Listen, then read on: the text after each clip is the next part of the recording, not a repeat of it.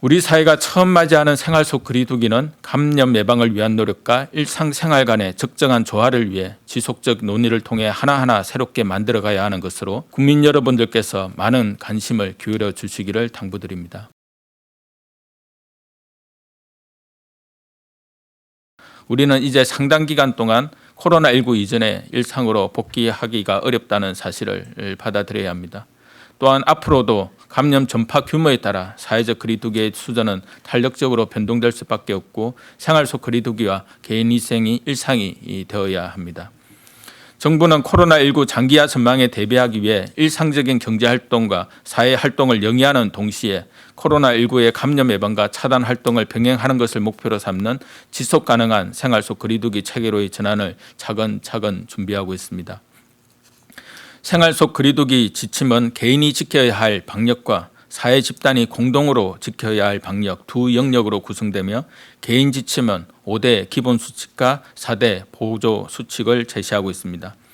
개인 방역 5대 기본 수칙안은 아프면 3, 4일 집에 머물기, 사람과 사람 사이 두 팔 간격 건강 거리 두기, 30초 손 씻기, 기치면 옷 소매, 매일 2회 이상 환기와 주기적 소독, 거리는 멀어져도 마음은 가까이 등 5개로 구성이 되어 있습니다.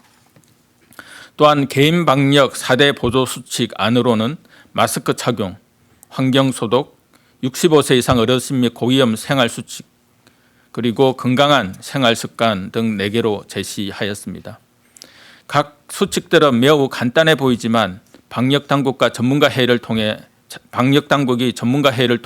코로나19 확산 방지에 가장 중요한 것으로 제시된 수칙이며 국민 여러분들께서는 각 수칙을 미리 잘 유념하시어 생활 속 거리두기 전환 시에 철저히 실천할 수 있도록 사전 숙지하여 주시기를 부탁드립니다. 집단 방역 기본 수칙안은 공동체가 함께 노력하기, 공동체 내 방역 관리자 지정하기, 공동체 방역 지침을 만들고 준수하기, 발열 확인 등 집단 보호, 방역 관리자에게 적극 협조하기 등 5개의 수칙으로 구성되어 있습니다.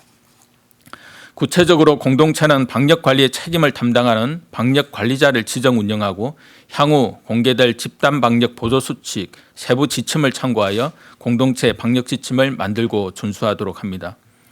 방역 관리자는 구성원의 체온, 호흡기 정상 유무 등 건강 상태를 확인하고 사업장의 고용주와 구성원은 방역 관리자의 요청에 적극적으로 협조하여야 합니다. 그간 이 수칙들에 대해 전문가와 대국민 의견 수렴을 거친 결과 큰 이견은 없었으나 보다 구체적이고 알기 쉽게 설명을 하고 제도적 지원 방안이 필요하다는 의견들이 있었습니다. 이에 정부는 자주 묻는 질문 등을 추가 작성하여 국민 여러분들께 상세히 설명드릴 수 있도록 할 계획입니다. 이 코로나 사태가 장기적으로 지속화될 가능성이 크기 때문에 이 장기화에 대비해서 현재의 의료 체계를 좀 재정비할 필요성에 대해서는 모두 다 동일하게 의견들이 일치하고 앞으로 협조를 해나가기로 하였습니다. 그래서 이 코로나에 대비한 장기적인 의료 체계의 개념들은 지금 말씀하시는 질의들처럼 구체적으로 어떤 기관들이 어떤 역할을 한다는 그런 이 단순한 문제를 좀 떠나서 우선 코로나 말고 코로나 이외의 환자들이 충분히 진료받을 수 있는 의료전 체계를 갖춰야 된다라고 하는데 의견들이 일치하였고요. 그렇게 코로나 이외 환자들, 예를 들면 암 환자나 심장 환자 같은 중증 질환자들이 어떻게 의료를 원활하게 이용할 수 있을 것인가에 있어서는 기관별과 의료 전달 체계상의 역할들을 구별하고 그 구별에 맞게끔 기능을 할 수 있는 지원 체계가 필요하다는 것에 대해서 의견들이 일치했습니다. 이에 따라서 이런 구체적인 방안들은 저희 복지부 내부에서도 함께 검토를 들어갈 거고 또한 관련 의사협회나 병원협회와 함께 논의를 해나가면서 세부적인 방안들을 만들어 나갈 겁니다.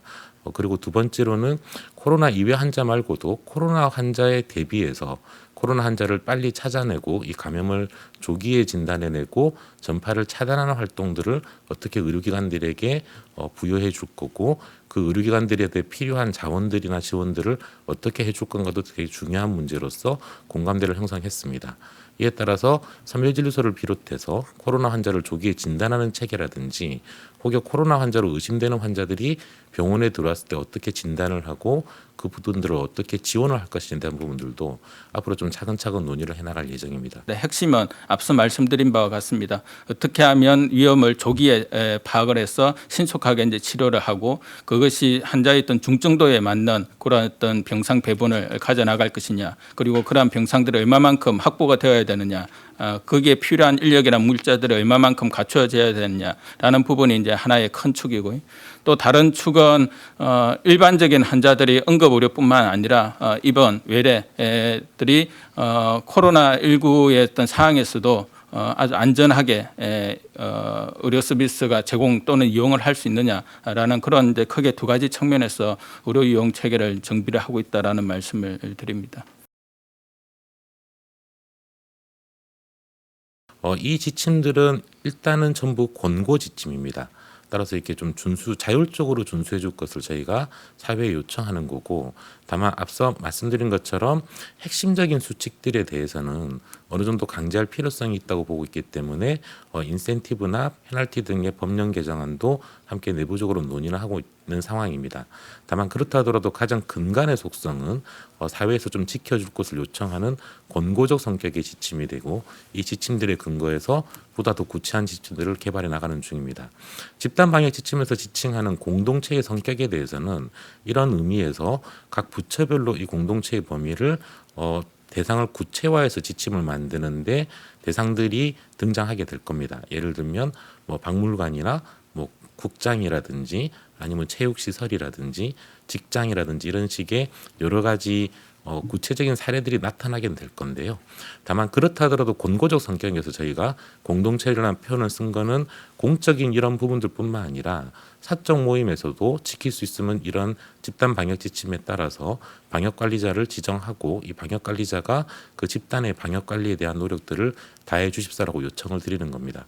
따라서 질의하신 부분들 중에서 사적 공동체에 해당하는 동호회 모임이라든지 아니면 마을 단위의 뭐 아파트 단지의 분효회라든지 이런 식에서도 정기적인 모임이 열리고 자주 사람들이 모이게 돼서 이런 방역 관리의 필요성이 있으면 가급적이면 이 지침을 따라 주십사라고 하는 게 저희 방역 당국 쪽에서 내리고 있는 공고 지침의 내용들입니다. 저희가 K방역 TF를 만든다고 해서 기존의 방역의 노력을 소홀히 한다는 점은 전혀 아닙니다. 다만 한국이 겪었던 그런 경험들을 해외의 여러 나라들과 같이 공유를 함으로써 오히려 한국의 그런 어떤 선제적인 그런 경험들 이 해외에 공유가 되면 해외에서 어떤 감염을 차단하는 또 중요한 어떤 계기가 될 수 있다고 생각을 합니다. 이 코로나19라는 것이 한 국가의 노력이 한 국가에서 완벽한 방역을 했다고 해서 이게 해결이 되는 문제가 전혀 아닙니다. 전 지구적인 그런 상황들이기 때문에 이 부분과 관련되어서는 전 지구적인 협력이 필요한 상황이고, 그러한 부분과 관련되어서는 국내의 어떤 방역뿐만 아니라 해외에서의 어떤 방역의 어떤 성과를 통해서 전 세계적인 어떤 유행을 빨리 낮추는 그런 부분들이 가장 중요하다고 그렇게 생각을 하고 있습니다. 그런 측면에서 그런 어떤 국제 사회와 협력을 위한, 그리고 한국의 어떤 경험들을 같이 이제 경험을 하고 그러한 경험들이 타 국가들의 어떤 방역에 훨씬 더 많은 도움이 된다면 그것이 또한 우리나라의 어떤 방역에도 도움이 될 것이라고 저희들은 좀 생각을 하고 있습니다. 그런 측면에서 국제협력 TF라는 형태, K방역 국제협력 TF라는 형태가 이제 만들어진 것이고요. 뭐 그렇다 하더라도 저희가 기존에 있는 방역이라는 부분들은 전혀 영향을 받지 않고 계속해서 최선의 노력을 다할 수 있는 그러한 어떤 체계들을 갖추고 있다라는 말씀을 드립니다.